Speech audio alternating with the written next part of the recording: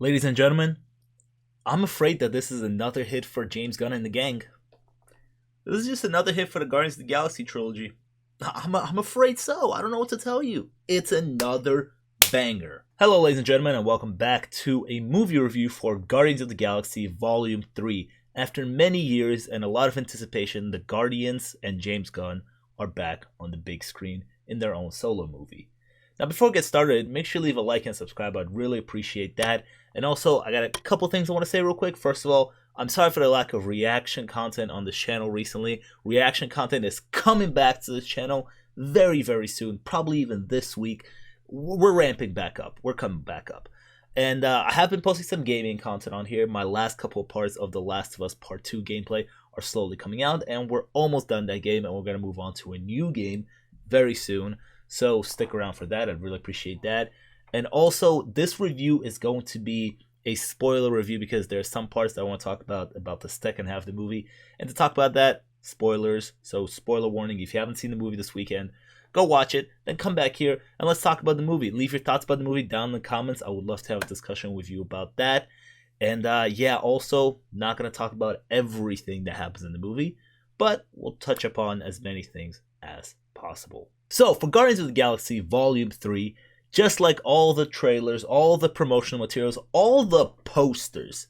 Did you guys see the posters? Every single poster indicated that this is a Rocket-centric story, which I absolutely love the idea of because Rocket is my favorite Guardian of the Galaxy. I always found the character super fascinating, super badass. I always found it super hilarious that Bradley Cooper voices him. It's hilarious that Vin Diesel voices Groot. That's like on another level of funny. But the fact that Bradley Cooper voices Rocket and it's like completely disappears into the voice, that's amazing. His story is the heart of the film and it's fantastic. Absolutely love it. This is what drives the film. Basically what happens is the High Evolutionary, who's the villain of this movie, played by the guy from Peacemaker. In this movie, if you're James Gunn's friend and you're in Hollywood, you're getting paid. The High Evolutionary, who is on a task to create a perfect society. He's obsessed with the fact that he wants to create a perfect society. He did some experiments on Rocket and a bunch of other animals back a few years ago, and he is what made Rocket so smart. And because he really needs Rocket, he sends Adam Warlock after him. We see Adam Warlock in this movie for the first time. We'll talk about him in a little bit. And Adam ends up really hurting Rocket and kind of not really sidelining him for an entire movie, but Rocket's now in trouble and the Guardians need to find a way to save his life, and that's what really drives the film. You know what's funny? With the Rocket story, there were many elements, specifically in the second half, where I thought only James Gunn can do this, man. Only James Gunn can pull something like this off.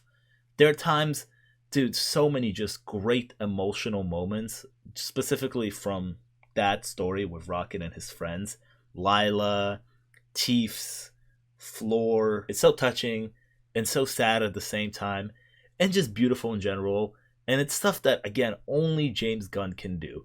There's a scene in the movie, right? This is where the spoiler alert comes in, right? Ready? So there's a scene in the movie where Rocket is about to come out of his coma towards the end of the movie to join the Guardians in the third act, and he's in this afterlife and all his friends have tragically died, right? And he's talking to Lila and in the afterlife, and he's talking to her about how he wants to join them. And he's about to go with them, but then Lila stops him. She like puts his hand on him, and she's like, "No, it's not your time."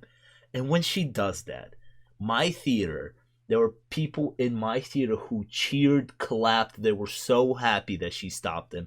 And that is the moment where I kind of looked around and I realized to myself, the MCU might be slightly coming back. Maybe.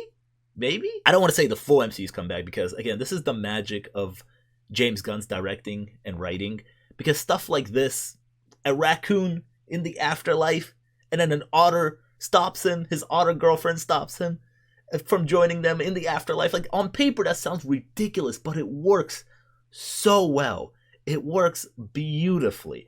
She stops him and my theater's cheering in joy, and they're so happy that this raccoon that we've been cheering for is not joining her in the afterlife.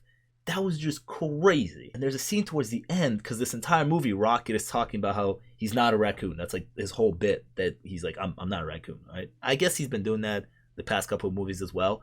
But there's a scene where he realizes and comes to terms with the fact that he is a raccoon from America, and it's such a beautiful and epic moment that, again, on paper you write that and you're like, that's absurd. But James Gunn makes it work in a fantastic way. And also building off of that, there's a name drop he does. High Evolutionary's talking to him, he's like, I'm Rocket Raccoon, because that's like his full name, right? Which like I never paid attention to at all. Like I knew that's his full name, but we kind of just always talk about him as Rocket. Like I kind of just always assumed that is his name. But then when he said it, I was like, yes, you are. That's fucking epic. I was very surprised with what they did with the Rocket story and just these small elements that I just mentioned. They hit so hard, and I gotta give again huge applause to James Gunn because it's stuff that only James Gunn can pull off. And one more thing on Rocket and his friends. This is the first MCU project in a very long time where I'm not going to complain about the CGI. The CGI on Rocket and his friends, flawless. Fantastic. And there's a lot of beautiful space sets in the Guardians movie because, off planet and stuff like that. And they all look incredible. So on the CGI front, no complaint. For the first time in a very long time, this MCU movie looked really good. And I kind of started this review by talking about the ending rather than the beginning because I would say that I really enjoyed the second half of the movie much more than I enjoyed the first half of the movie. This Guardians of the Galaxy movie, I wouldn't say it's my favorite. I think the first one is still my favorite. I think the trilogy in general, all three movies, are really good together, right? Guardians of the Galaxy 3, it's too long. It doesn't need to be as long as it is. The story is a little bit messy, a little bit all over the place. The second half of the movie pops off. It's really good in my opinion. The first half of the movie, it's okay. It's okay. It's not bad, but it's okay. I'd still prefer the entire first Guardians of the Galaxy movie over this movie, but the third act in this movie, really well done. This film also surprisingly didn't make me laugh as hard as the other two did, or as far as I remember the other two made me laugh. But again, what this movie had is much more emotion in it, which I really appreciated. There were times the jokes in this movie didn't land, and again, it didn't make me laugh as hard as I remember the first two making me laugh. But this movie, at its emotional core, has a better, emotional story than the other two, I would say. On the humor aspect, even though a lot of jokes didn't make me laugh, there's one character that always just bangs with the jokes, and that is Drax. Dave Bautista's Drax. Always funny. I love the humor that they do with this character, and he's great. And I'm happy to see that at the end of the day, he didn't die, because there was a lot of talks about him being done with the Guardians, and there was a lot of talks with this being the last Guardians movie, which I found a little ridiculous. I think James Gunn always kind of made it seem like this is the last Guardians movie with him, which, I mean, you can read into, because what are the Guardians without James Gunn? Probably nothing, And I was worried that they might kill a bunch of them off. There were talks about Drax dying because Dave Bautista said he was done with Drax, and Rocket, because we all knew he was going to be the center of the story. There were worries that Rocket's going to die, but I'm happy that this ended with nobody dying, with not a single Guardian dying, because I'm tired of being in the loop and always hearing them being like, this might be the last time we revisit these characters. And people's immediate jump is to oh, he's dead in this movie, he's gonna die in this movie.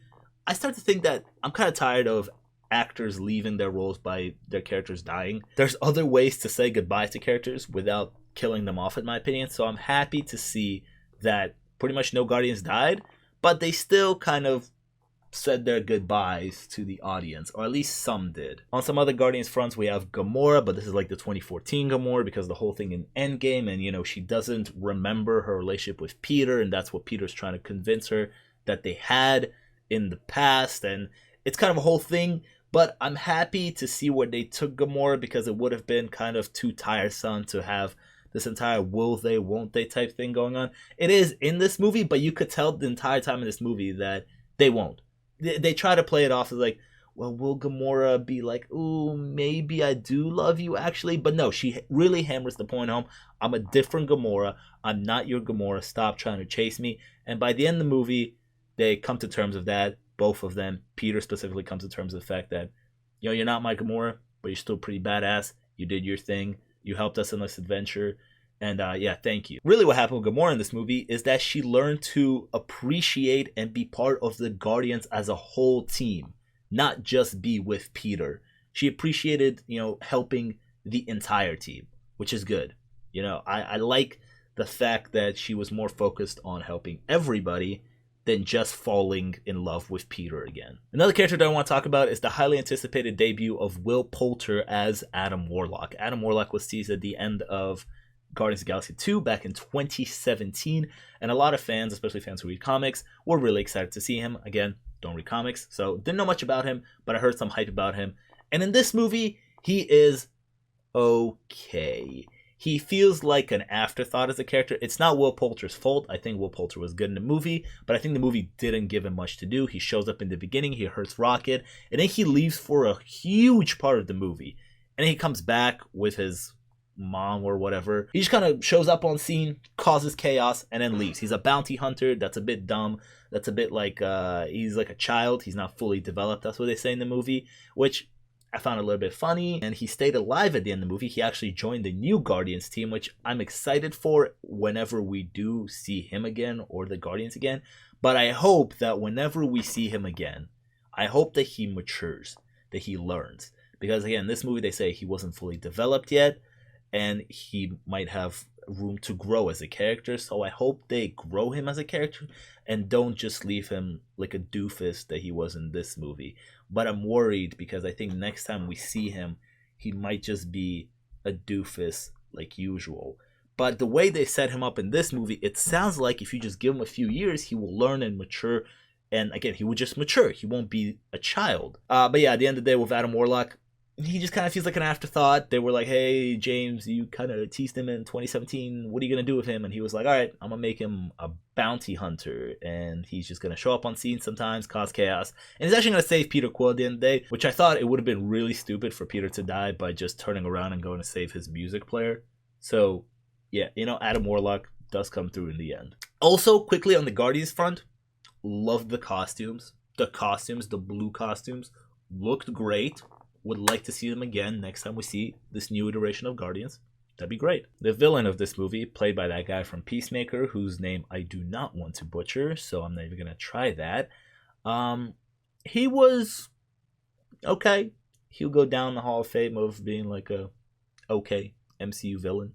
Not much to him. He's just evil. He wants to create a perfect society, and he will do anything. He will do whatever it takes to make that perfect society. He will be cruel to animals. He'll be cruel to people. He's obsessed with it. And then towards the end of the movie, he starts yelling a lot, which that's where he kind of lost me. I didn't really appreciate him just yelling a lot towards the end. I think there was a point towards the end where somebody asked him, they're like, why are you so obsessed with, getting Rocket? Why are you so obsessed with him? And he just yells his reasoning out, which I thought was an interesting reasoning, but he's yelling it during a bunch of chaos, so I feel like his point might have just flown over people's heads. And if you missed it, his point is that basically he's trying to create a perfect society, and he created these people. The people that he created, they know how to put a car together because they know like where everything goes. It's kind of muscle memory. But Rocket can invent an entire new car, so he's trying to figure out like what happened with Rocket that he can't reciprocate with the other people. The High Evolutionary would just go down as a generic villain. He has this suit. He has like magical powers, not magical, but like energy powers kind of. He moves things around and he can like, his suit just like produces this purple energy that he never uses on the Guardians really. He never like puts up a big fight himself. One point that I actually want to make on the action front, there's a hallway scene. It's kind of like a one-shot CGI one-shot type thing going on. Fire. That was so dope. Groot putting his hand through aliens. Actually literally putting his hands through aliens. Disgusting. Rocket flying over the place with his gun. Fire. Gamora with her little sword. She's slicing and dicing people. Peter with his blasters. That was a fire scene. A great kind of big final action sequence for the entire Guardians team that we know. Just epic.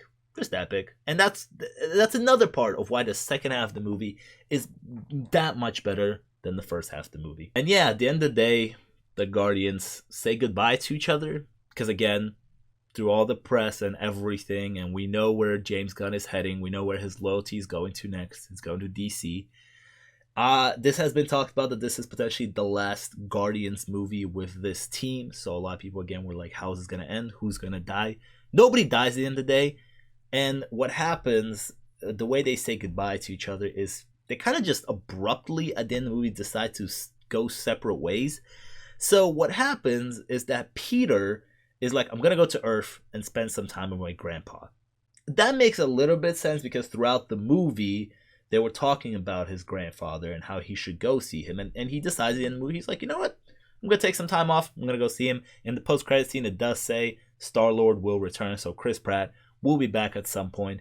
But yeah, he's on Earth just chilling with his grandpa. He's taking some time off from the Guardians. I don't think it's a final goodbye. He gave his leadership responsibilities to Rocket, which is great. Great callback to Infinity War, I believe, where they argued about who's captain of the ship, and he officially acknowledges that Rocket is the captain.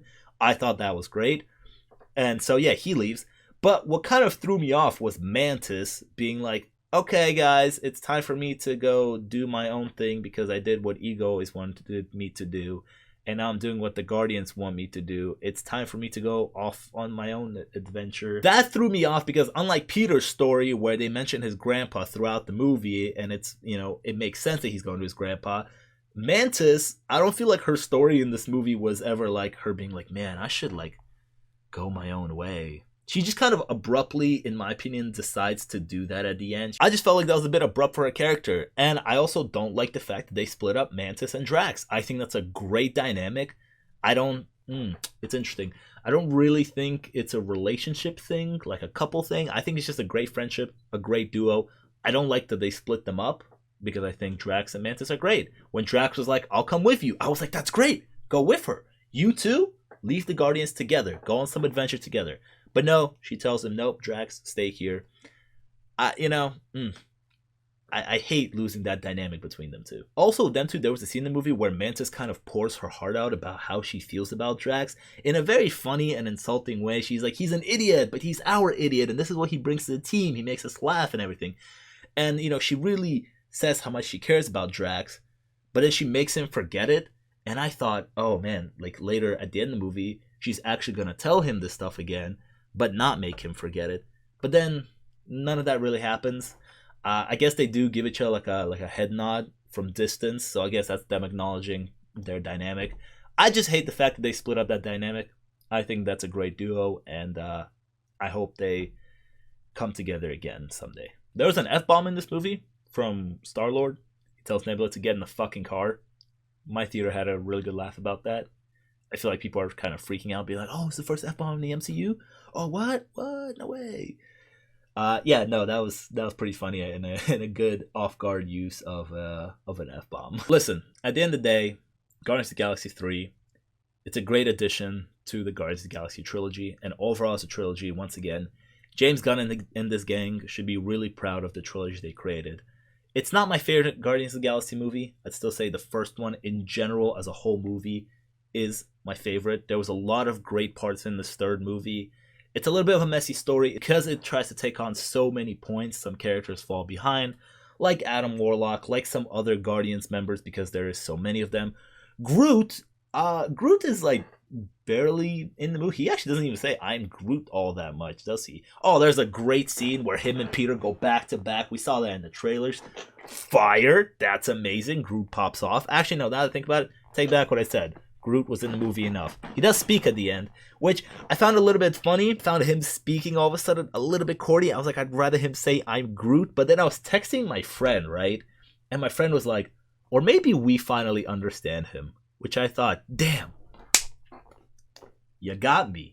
You got me. When he says, I love you all, I think that's what he says, maybe we do finally understand him. Damn. So yeah, overall, Guardians of the Galaxy Volume 3, a really good MCU film.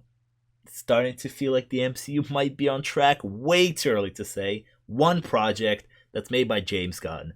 So, you know, there's a lot working for this that the other projects don't have. We're just going to say that this is a really good and memorable MCU movie, which is something that we haven't had in quite some time. Let me know down in the comments, what did you think about Guardians of the Galaxy Volume 3? Is it your favorite Guardians of the Galaxy movie? Is it not your favorite? What worked for you? What didn't work for you? Let me know all of that down in the comments. I would love to have a discussion with you about that. Make sure you leave a like and subscribe, and I'll see you guys next time. Peace. We're coming back with reaction videos.